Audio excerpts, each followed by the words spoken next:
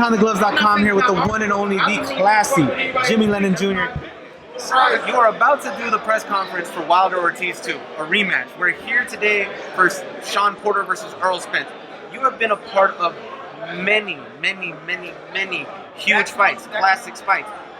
What gets you up in the day to continue to do this? Well, I love the sport as one. It's a passion. It's a great sport. You know, I'm very excited for this press conference. I'm very excited for the fights tonight that I'm going to do. It's going to be quick for me. I got to do the press conference, run down, and open up the show. But no, I love it. I feel like one of the luckiest men in the world to have this job and do what I do and sit down and watch the fights unfold. To you, what is the most memorable event that you've been to? Not the most memorable fight, but the most memorable event that you have hosted, that you have had the honor of calling the main event fighters as they walk to the ring and their names. Which one? I've done so many fights, probably over 15,000 fights, well over 1,000 world title fights. You know, all of the Tyson fights stand out to me. I think the ear bite fight stands out with Holyfield and Tyson. I did Tyson's first loss when Buster Douglas beat him in Tokyo. But I think the event that stands out to me is in Mexico City, Julio Cesar Chavez versus Greg Haugen in front of the largest crowd ever to see a fight, 135,000 people in Mexico City. And to me, that stands out as a tremendous, emotional, just unbelievable scene, and I'll never forget that. Now, what was the most entertaining fight that you were able to witness right there while you were watching that? What is the most entertaining and why? Yeah, you know what? A lot of fights stand out, whether it's an upset and a surprise, like Holyfield beating Tyson. You know, I used to love to watch Tito Trinidad fight, and when Bernard Hopkins beat him in Madison Square Garden, you know, that was just a shock how he beat him like that. Sometimes it's a fight that's maybe not that important, but there are a number of knockdowns. Freddie, it was, I can't remember who it was, but in Baltimore, just a fight that both guys went down so many times. It's just so exciting. And so sometimes those fights will come out of the blue and be just tremendously entertaining. Obviously, as I was stating, you've been in this game for so long. You've seen so many fights. You even said over 15,000 fights and everything.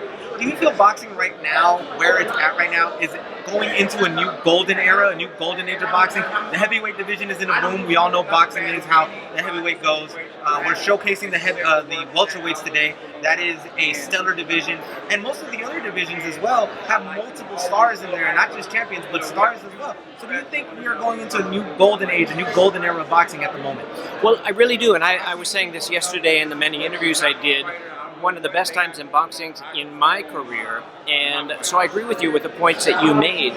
In addition, I would say that with television getting involved in a big way, not only television but streaming services, Fox getting behind them like our big fight today, you know, it's really impressive. And you know, it's a great time for boxing. It's a great time for promoters. It's a great time for fans as well. And we're seeing some great fights, and I'm very excited about it and pleased to be a part of it. As you stated, Fox is doing great with the way they're promoting this fight. Shawn Porter was on NFL Fox Sunday. Errol Spence was at the Giants-Dallas game. They showcased him there. They did promos for the fights during the football game, which obviously in the United States of America, football is the most watched sport. So do you think the addition of Fox and the way they're promoting it is making boxing get out of that niche sport and making it and taking it back to the mainstream? Yeah, no question it's a niche sport, and it's doing very well for a niche sport, but I think a lot of the work that especially Fox is doing is bringing it back into the mainstream, because people from years ago would always, you know, the heavyweight champion of the world was the most famous, well-paid athlete in the world, and the welterweight champion as well. And as you mentioned, the heavyweights and welterweights fighting each other, you know, great events, stars coming up, they're young guys fighting, and that's only going to build more and more. So I sure hope it transcends to the football audience, to the non-niche audience as well. And especially I look at what Fox is doing and the machine that's behind it. I think there's a good chance it will. Let the fans know, give the fans a final message from you, Jimmy Lennon Jr., the ones that have supported you, watched you over the years on the many networks that you've been on, and just continue to just enjoy the voice and the way you announce fights. Yeah, thank you very much to all of the boxing fans out there. It's an exciting time. I hope you join with me and be part of it.